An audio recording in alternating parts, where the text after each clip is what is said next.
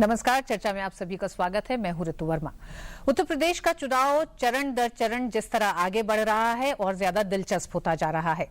गठबंधन की साइकिल पर सवार अखिलेश यादव और राहुल गांधी अभी कुछ ही दूर का सफर तय किया इन्होंने कि गठबंधन की सच्चाइयां सामने आने लगी हैं। अखिलेश यादव ने कहा कि पारिवारिक कारणों की वजह से उन्होंने ये गठबंधन किया है और ये लोगों के हित का गठबंधन इसका मतलब नहीं है। साथ ही इस पूरे चुनाव में 22 ऐसी सीटें हैं जहां पर कांग्रेस और समाजवादी पार्टी आमने सामने हैं, जिनमें से कुछ में चुनाव हो चुका है और कुछ सीटों पर आने वाले समय में पूर्वी उत्तर प्रदेश में चुनाव होना है। ऐसे में क्या ये गठबंधन हमें याद दिला रहा है 20 साल पहले हुए गठबंधन का, जिसमें बहुजन समाजवादी पार्टी और कांग्रेस के बीच गठबंधन हुआ था। 125 सीटों पर कांग्रेस ने चुनाव लड़ा, मात्र 33 सीट आई और बहुजन समाजवादी पार्टी सिमट गई थी 67 सीटों पर। ये गठबंधन किस तरह का गठबंधन है, जहां कहा यह जा रहा है कि यूपी को यह साथ पसंद है, लेकिन अखिलेश यादव ने बहुत साफ कर दिया कि यह साथ बड़ा मजबूरी का साथ है, स्वेच्छा का साथ नहीं है। इसी पर बात करेंगे विस्तार से और हमारे बीच हैं दो वरिष्ठ पत्रकार। एनके सिंह साहब हैं, आपका स्वागत है एनके सिंह जी। प्रदीप सिंह जी हैं वरिष्ठ पत्रकार हमारे साथ, आपका भी स्वागत है प्रदीप जी। चर्चा को शुरू करने से पहले आइए एक नजर डालते हैं अखिलेश यादव ने क्या कहा और क्या कहना है तमाम और लोगों का इस बयान को लेकर और इस गठबंधन पर। पूरे यूपी चुनाव के दौरान कांग्रेस और सपा गठबंधन को जनता की पसंद बताया जा रहा है, लेकिन इस बीच मुख्यमंत्री अखिलेश यादव के एक बयान ने गठबंधन की परतें खोलकर रख दी हैं। अखिलेश यादव ने एक अखबार को दिए इंटरव्यू में कहा है कि परिवार में झगड़े के कारण गठबंधन का फैसला लेना पड़ा। अखिलेश ने कहा कि कांग्रेस के साथ गठबंधन हालात की वजह से हुआ है। अगर परिवार में झगड़ा नहीं होता तो कांग्रेस से गठबंधन भी नहीं होता। गौरतलब है कि अखिलेश के पिता मुलायम सिंह लगातार गठबंधन का विरोध कर रहे थे। इसके बावजूद अखिलेश ने अपनी पहल पर यह गठबंधन किया। गठबंधन के तहत समाजवादी पार्टी 298 सीटों पर जबकि कांग्रेस 105 सीटों पर चुनाव लड़ रही है। वैसे अखिलेश के बयान से अलग जमीन पर भी गठबंधन में तमाम अंतर्विरोध हैं। गांधी परिवार की अमेठी रायबरेली की तमाम सीटों पर दोनों ही पार्टियों ने अपने उम्मीदवार चुनाव मैदान में उतारे हैं। इसके अलावा हर चरण में कुछ ऐसी सीटें हैं जहां दोनों पार्टियां आमने सामने हैं। गठबंधन की यही खट्टासी है कि प्रियंका गांधी प्रचार में नहीं उतरी और केवल एक दिन रायबरेली में लोगों के बीच पहुंची। दोनों पार्टियों के इसी सियासी घमासान पर अखिलेश यादव के चाचा शिवपाल यादव ने अखिलेश राहुल की दोस्ती पर करारा प्रहार किया और कहा कि वे कांग्रेस उम्मीदवारों के लिए प्रचार नहीं करेंगे। कांग्रेस के जहाँ प्रत्याशी हैं वहाँ मुझे नहीं जाना है और जो हमारे लोग हैं अगर मुझे बुलाएंगे और हमारी पार्टी का आदेश होगा और नेताजी का आदेश होगा तो उसे जरूर हम मानेंगे। उधर सपा से निकाले गए अमर सिंह ने पार्टी में हुए विवाद पर नया खुलासा किया है। उन्होंने दावा किया कि यादव परिवार के बीच पैदा हुई कलह एक सोची समझी साजिश थी। इसकी स्क्रिप्ट खुद मुलायम सिंह यादव ने लिखी थी। एक चैनल को दिए इंटरव्यू में अमर सिंह ने कहा कि ये सब ड्रामा अखिलेश की इमेज सुधारने के लिए था। मुलायम को साफ पता था कि चुनाव में उनके पास ऐसा कुछ भी नहीं है जिसे लेकर वो जनता के सामने जाएं। इसलिए सहानुभूति बटोरने के लिए ये सब किया गया। पार्टी और गठबंधन को लेकर जारी इस महाभारत पर विरोधी दल हमले कर रहे हैं। भाजपा नेता वेंकैया नायडू ने ट्वीट कर कहा है कि अखिलेश ने ये स्वीकारा कि ये पारिवारिक कारणों की वजह से किया हुआ गठबंधन है, न कि जनता के हितों के लिए। उत्तर प्रदेश विधानसभा चुनाव के 4 चरणों के प्रचार का काम पूरा हो चुका है और अब केवल 3 चरण बाकी हैं। ऐसे में अखिलेश और शिवपाल के बयान साफ इशारा कर रहे हैं कि गठबंधन में सब कुछ ठीक ठाक नहीं है और ये वोट की मजबूरी की सियासत है। नेताओं के बीच हुए गठबंधन को कार्यकर्ताओं ने जमीन पर गर्मजोशी से नहीं लिया, ये तो दिख रहा है। कहा भी जा रहा है, कार्यकर्ता भी बढ़ चढ़कर बोल रहे हैं, लेकिन नेताओं के बीच मनमुटाव है ये बहुत साफ होने लग गया है। सबसे पहले प्रदीप सिंह जी आपसे जानना चाहूंगी, ये जो बयान ये जो कहा है अखिलेश यादव ने अभी कि ये पारिवारिक कारणों का गठबंधन है, इसे आप किस तरह से देखते हैं? क्या ये लगता है कि अभी तक जितने चरण हो चुके हैं उसमें जो राजनीतिक पंडितों का जो आकलन है, क्या उसने डराया है अखिलेश यादव को? कई बातें हैं। देखिए, पहली बात तो शुरुआत से ही ये गठबंधन बेमेल था। जो 2 पार्टियां हैं उनमें से एक पार्टी कांग्रेस पार्टी गठबंधन से पहले महीने 1.5 महीने तक खाट सभा किसान यात्रा चलाकर अब पूरे प्रदेश में अभियान चला चुके थे राहुल गांधी। 27 साल यूपी बेहाल और सरकार की लगातार आलोचना कर रहे थे और वहां से उनका आंदोलन खत्म हुआ और उसके बाद गठबंधन में चले आए।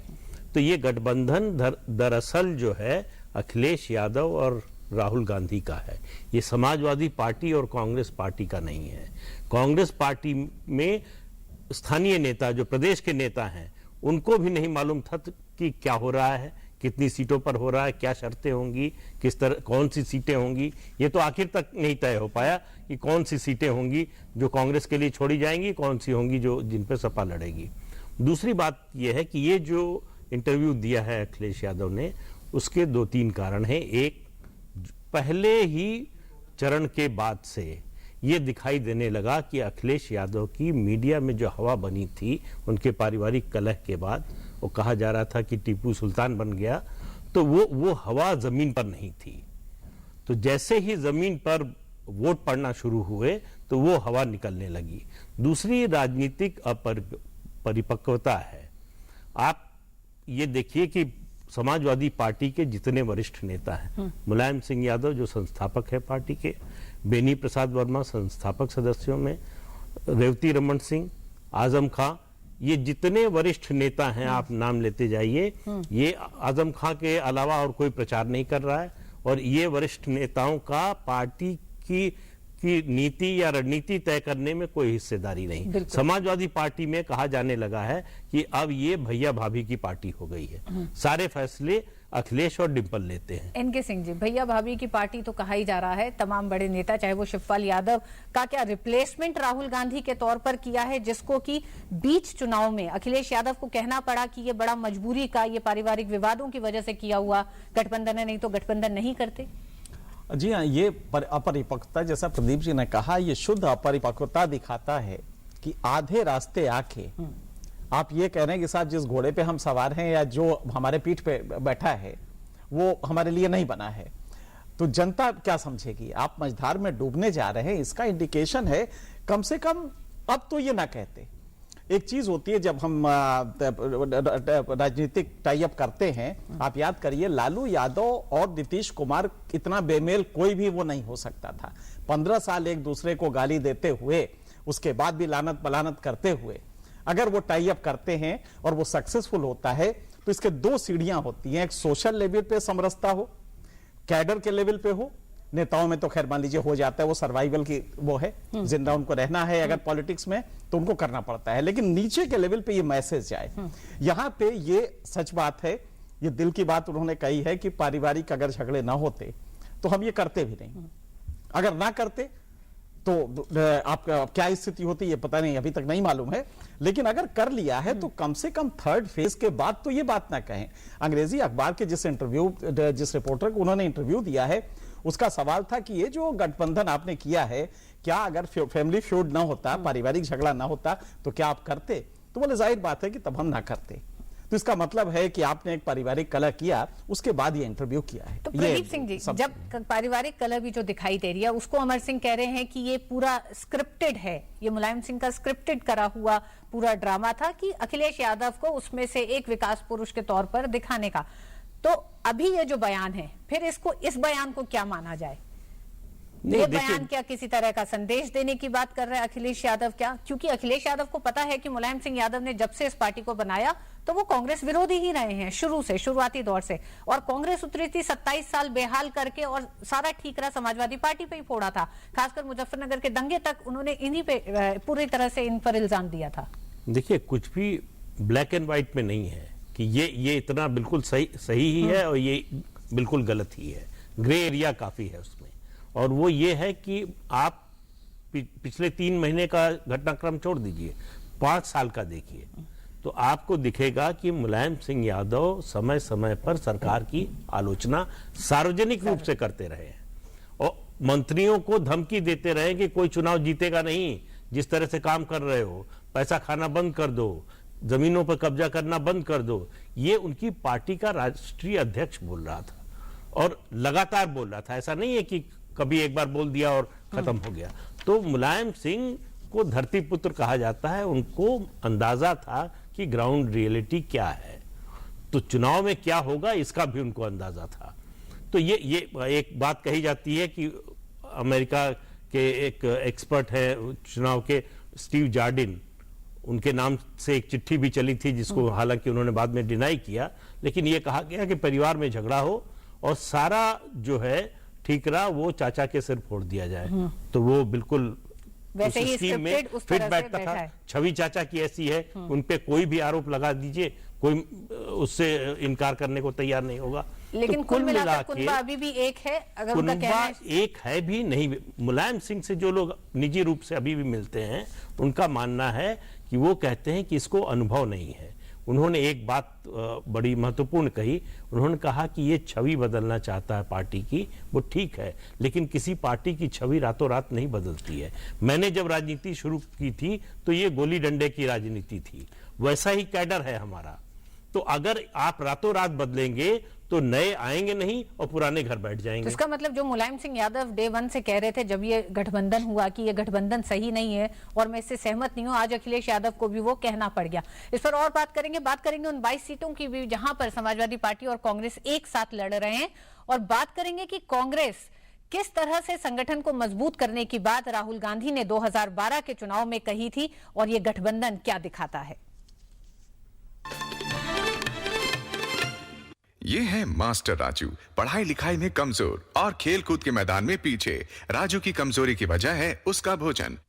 राजू की मां खाने में इस्तेमाल करती है साधारण नमक। डॉक्टर बताते हैं कि आयोडीन की कमी से बच्चे के शारीरिक और मानसिक विकास में बाधा पहुंचती है। इसलिए आज ही अपनाएं शक्ति और बुद्धि का रक्षक आयोडीन नमक। एक व्यक्ति के लिए आयोडीन नमक का मासिक खर्च 1 कप चाय की कीमत से भी कम बैठता है। सवारी जिंदगी चुटकी भर नमक, आयोडीन नमक। बचपन से ही मुझे पता था I was a born leader, और इस बात का एहसास दिलाया मेरी पहली जॉब ने। वो सब सिखाया जो कोई और नौकरी नहीं सिखा सकती।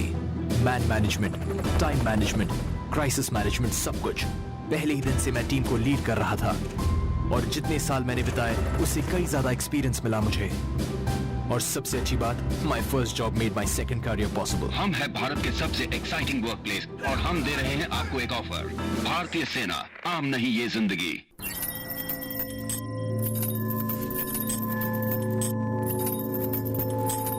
सफलता के लिए चाहिए बंधनों से मुक्ति।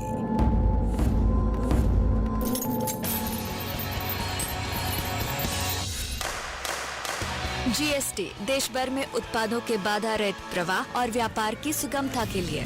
जीएसटी, एक राष्ट्र, एक कर, एक बाजार। अगर मैं कहूँ सूर्य रोशनी के साथ देते हैं हवा भी, मानना पड़ेगा। सूर्य फैंस, हवा का नया नाम। सूर्य फैंस, मेरी पसंद। और आपकी? सूर्य।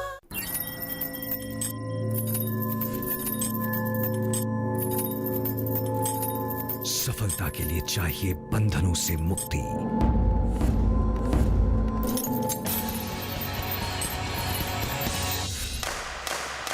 जीएसटी देश भर में उत्पादों के बाधा रहित प्रवाह और व्यापार की सुगमता के लिए। जीएसटी, एक राष्ट्र, एक कर, एक बाजार।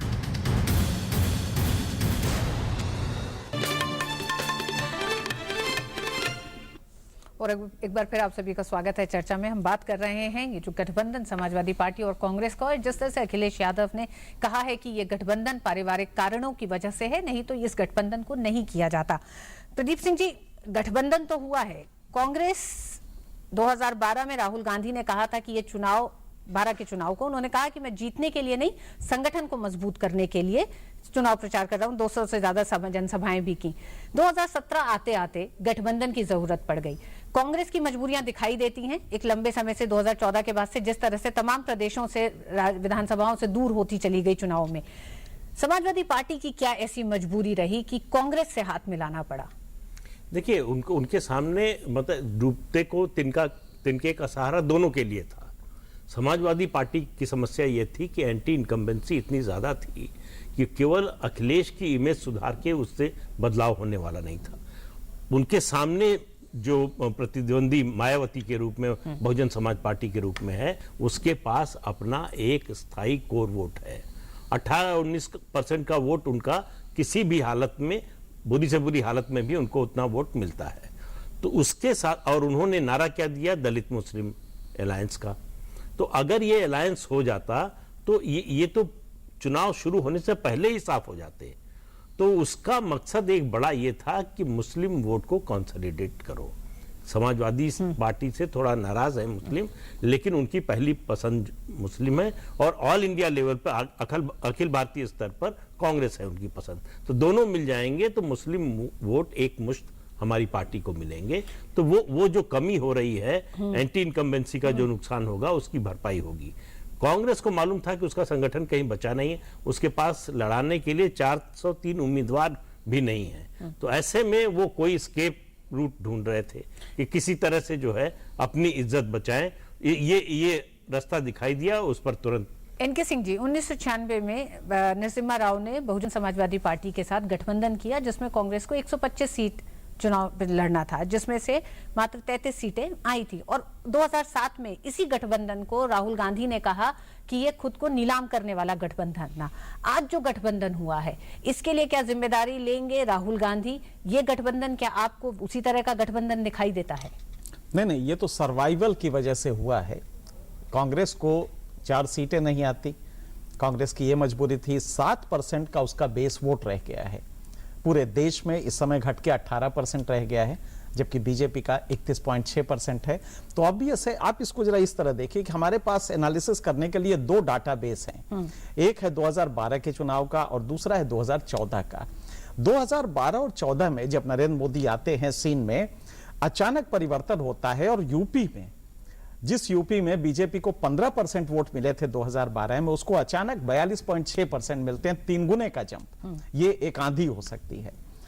अब यहां इनकी प्रॉब्लम ये थी कि ये वोट आए कैसे। इसमें से 7% वोट समाजवादी पार्टी का कम हुआ, 6% मायावती का कम हुआ, 4.5% कांग्रेस का कम हुआ और 2% अजीत सिंह का कम हुआ जो उनकी पार्टी थी। ये सारे वोट शिफ्ट होके बीजेपी में गए। इसका मतलब कि कास्ट कंसिडरेशन नहीं रहा। तो आज जब हम कास्ट कंसिडरेशन से देखते हैं, इन पार्टीज को एनालिसिस करते हैं, तो गलतियां बहुत होती हैं। ये जो दौर है, इसमें अगर आप उस चश्मे से देखेंगे तो बहुत कुछ एनालिसिस गलत हो जाएगी। लिहाजा इस समय अगर समाजवादी पार्टी के लिए ये मजबूरी थी कि अगर कास्ट पैटर्न पे चले तो 9% यादव था, उसको बिल्कुल नहीं मिलता, इसको चेंज करना पड़ेगा। और ये वजह देख के उसने कांग्रेस से हाथ मिलाया। मजबूरी ये है कि कांग्रेस पूरी तरह से अभी स्वयं को पॉलिटिकल प्रोसेस में ला नहीं पा रही है। राहुल गांधी की अपनी कमियां हैं, व्यक्तिगत कमियां हैं, परसेप्शन की कमी है।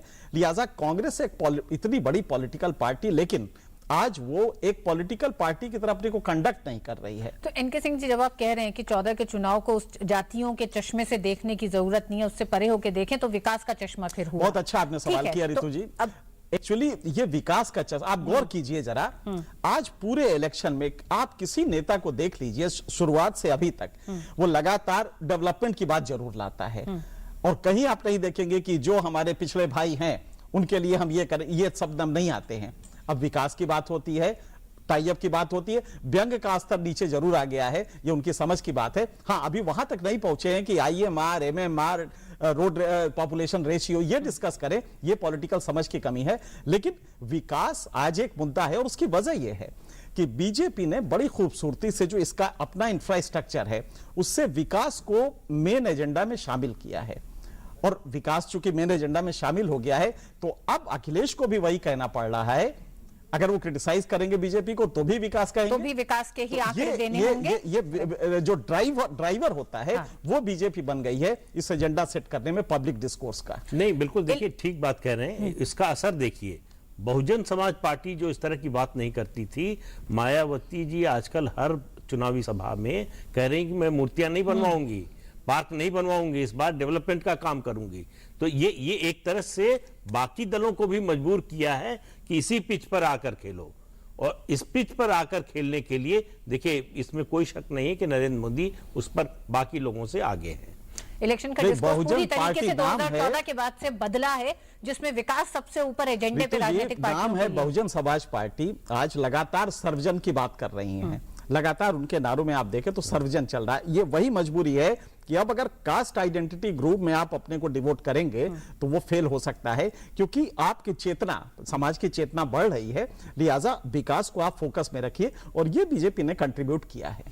तो जिस तरह से हमारे मेहमान भी कह रहे हैं कि इलेक्शन का पूरा डिस्कोर्स या पॉलिटिकल पार्टीज का एक डिस्कोर्स चुनाव में डेवलपमेंट होना चाहिए, इसको बदला है भारतीय जनता पार्टी ने 2014 के चुनाव से।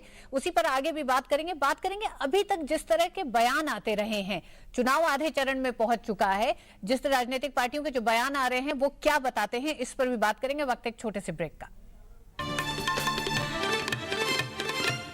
मैं ये नहीं पूछूंगा कि आप शौच के लिए कहां गए। मैं ये भी नहीं पूछूंगा कि अगर आप खुले में शौच के लिए गए तो क्या आपने अपने बच्चे की जान को खतरे में डाला?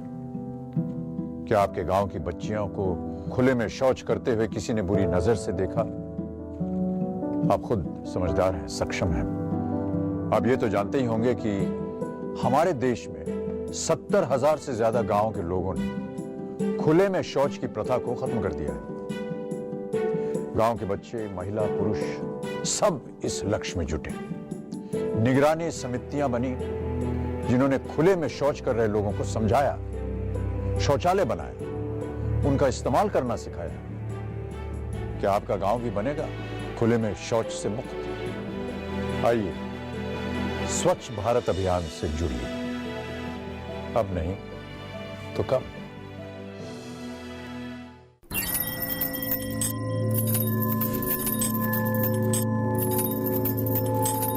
सफलता के लिए चाहिए बंधनों से मुक्ति।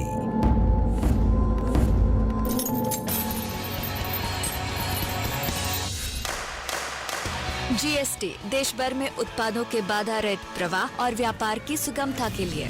जीएसटी, एक राष्ट्र, एक कर, एक बाजार। आज रिजल्ट आएगा। Best of luck. इस बार क्लास में फर्स्ट आया है डेविड। पर अब क्या हुआ डेविड? मुझे आगे पढ़ना है, पर पापा कहते हैं पैसे नहीं है। पैसे नहीं है? वो देखो, प्री मैट्रिक स्कॉलरशिप स्कीम अल्पसंख्यक समुदाय के उन बच्चों के लिए है जिनकी सालाना पारिवारिक आय 1 लाख रुपए से कम है और जिन्होंने पिछली कक्षाओं में 50% अंक प्राप्त किए हैं, और लड़कियों के लिए 30% स्कॉलरशिप निर्धारित है। मदद हमारी, मंजिल आपकी। बचपन में पेड़ चढ़ना अच्छा लगता था, बड़ी हुई तो सब चाहते थे कॉर्पोरेट लैडर चढ़ जाऊं। कुर्सी पर बैठे इनविजिबल सीढ़ियां चढ़ना नॉट माई स्टाइल। मुझे पसंद है टेक्नोलॉजी और पहाड़ चढ़ना, and this is the only job जो मुझे दोनों करने देता है। It's lonely at the top, but the view it's incredible. हम है भारत के सबसे एक्साइटिंग वर्क प्लेस और हम दे रहे हैं आपको एक ऑफर। भारतीय सेना, आम नहीं ये जिंदगी। और एक बार फिर आप सभी का स्वागत है। चर्चा में बात कर रहे हैं उत्तर प्रदेश के चुनाव की और बात कर रहे हैं अखिलेश यादव के बयान की भी, जिस तरह का बयान उन्होंने गठबंधन पे दिया है। प्रदीप सिंह जी, चुनाव के बीच में सभी राजनीतिक पार्टियों के नेता इस समय अपने अपने बयान दे रहे हैं। एक तरफ हम अखिलेश यादव का बयान देख रहे हैं, जिसको हम ये मानते हैं कि ये आकलन जो लगातार राजनीतिक पंडित कर रहे हैं उस पर चाहे बेचैनी हो या उनका अपना एक आकलन हो, इस गठबंधन को लेके उन्होंने सार्वजनिक करा। साथ ही दूसरी तरफ अगर देखें तो भारतीय जनता पार्टी के अध्यक्ष अमित शाह ने हाल ही में अपने एक इंटरव्यू में कहा है कि ये जो पूरा चुनाव है ये भारतीय जनता पार्टी के 3 साल के विकास के काम, सुशासन और डिमोनेटाइजेशन भी, क्योंकि डिमोनेटाइजेशन आम लोगों की सुविधा के लिए किया गया है। क्या आपको लगता है एक तरफ बेचैनी और एक तरफ आत्मविश्वास अपने काम का, ये इस तरह से आप देखते हैं क्या? हाँ, लेकिन आप देखिए ये पूरा चुनाव मुझे जो दिखाई देता है वो है नरेंद्र मोदी के ने जो सपना दिखाया है उस पर भरोसा। कांग्रेस जो 30-40 साल तक लगातार राज करती रही, उसमें सबसे बड़ा योगदान, सबसे बड़ा समर्थन उसको जो था वो समाज के वंचित वर्ग का था। आज की तारीख में 2014 के चुनाव के बाद से वो वर्ग भारतीय जनता पार्टी के साथ खड़ा है। तो वो उसको भरोसा है कि नरेंद्र मोदी जो कह रहे हैं वो करना चाहते हैं, उनकी नीयत में कोई खोट नहीं है। कम हो रहा है, ज्यादा हो रहा है, कितना समय लगेगा ये अलग बात है, लेकिन उनको ये भरोसा है कि ये आदमी हमारे लिए कुछ करना चाहता है। तो मेरा मानना है कि बीजेपी की जीत उत्तर प्रदेश में इस बात पर निर्भर है कि प्रधानमंत्री के प्रति लोगों का जो विश्वास है, जो गुडविल है, स्नेह है, उसको वो वोट में कन्वर्ट करा पाती है या नहीं। अगर करा पाती है तो मुझे लगता है कि भारी बहुमत से जीतेगी। नहीं तो फिर। इनके सिंह जी, 3 साल का विकास के काम मोदी सरकार के वो सबसे आगे हैं और विकास का ही पूरा रोड मैप है उत्तर प्रदेश के लिए भी। वहीं दूसरी तरफ अखिलेश यादव हैं, 5 साल 225 के पूर्ण बहुमत के साथ सत्ता में रहते हुए भी आज इतने विचलित कि एक ऐसी पार्टी से गठबंधन कर लिया जो लगातार पिछले 25 साल से सत्ता से बाहर होती गई है। 2007 में 12, 2002 में 25 सीट, 7 में 22 सीट और 12 में 28 सीट। नहीं, देखिए ऐसा होता है कि एडवर्सेरियल डेमोक्रेसी में लगभग यही इंटरव्यू अगर आप अखिलेश का लेंगे तो वो भी यही करे कि हमारा काम बोलता है। उनका नारा ही है काम बोलता है, तो वो तो कह तो वो भी रहे हैं। इशू ये है कि पब्लिक का ट्रस्ट किस पे है। और जब ये देखेंगे आप तो उसका एक छोटा सा उदाहरण है नोटबंदी, कि वो गरीब आदमी जेब में 500 का नोट लेके एटीएम और बैंकों में जाके भूखा चला आता था, लेकिन एक बस पे किसी ने ईंटा नहीं फेंका। ये ट्रस्ट था कि जिसने किया है वो इसको कैरी आउट करेगा, दूर तक ले जाएगा। ये ट्रस्ट अपने आप में चुनावों में इसका असर दिखाई देगा, आपको लगता है? बिल्कुल दिखाई देगा। देखिए कन्नौज में एक यादव परिवार, उससे लोगों ने पूछा कि भाई विकास तो हुआ है? उसने कहा बहुत विकास हुआ है। डिंपल भाभी ने यहाँ अस्पताल खुलवाया, कॉलेज खुलवाए, सड़कें बनवाई हैं, बहुत विकास हुआ है। लेकिन सड़क के किनारे की सारी जमीन यादवों ने खरीद ली है। थाने पर उनकी सुनी जाती है, हमारी जमीन कब्जा हो जाए हमारी कोई सुनवाई नहीं होती है। तो ये हम कब तक बर्दाश्त करेंगे? तो ये जो विरोधाभास है समाजवादी पार्टी के विकास का, वो उनके खिलाफ जा रहा है। इनके सिंह, लास्ट कमेंट। प्रदीप जी सही कह रहे हैं, एग्जैक्टली यही है कि वो जो ट्रस्ट था जनता का, वो ट्रस्ट अभी है कि सेठ पकड़ा गया जो करप्ट था, वो अफसर पकड़ा जाएगा जो करप्ट था। और ये भरोसा जो था ये प्रेजेंट रेजीम में जो सेंटर में है ये उसके लिए है। अखिलेश में ये अगर ये ट्रस्ट होता तो चीजें बदल जाती। आज जो स्टेटमेंट उन्होंने दिया है वो हताशा है। तो ये ट्रस्ट जो है वो पब्लिक इसमें तो कर रही है कि सेंटर में अगर ये हो सकता है, नोटबंदी से इतना कुछ हो सकता है, तो ये ट्रस्ट उसका पब्लिक का अभी भी है और वो है देश के प्रधानमंत्री में। जिस तरह से मेरे मेहमानों ने भी कहा कि अखिलेश यादव का विकास कार्य में विरोधाभास है, क्योंकि वो विकास कुछ सीमित जातियों तक ही रह गया था और उसी की घबराहट है कि बीच चुनाव में उन्होंने ये बयान दिया कि ये जो गठबंधन कांग्रेस के साथ उन्होंने करा है वो गठबंधन परिवार विवादों की वजह से किया है, क्योंकि जमीन पर जो कार्यकर्ता है दोनों ही पार्टियों का, उसमें गठबंधन और उसमें वो जुड़ाव नहीं दिखाई दे रहा जो दोनों ऊपर नेताओं में दिखाई दे रहा है। और नेताओं का भी मनमुटाव साफ हो गया है चुनाव के बीचों बीच। अभी 3 चरण चुनाव के बाकी हैं। तो चर्चा में आज बस इतना ही। डीडी न्यूज पर खबरों का सिलसिला जारी रहेगा। नमस्कार।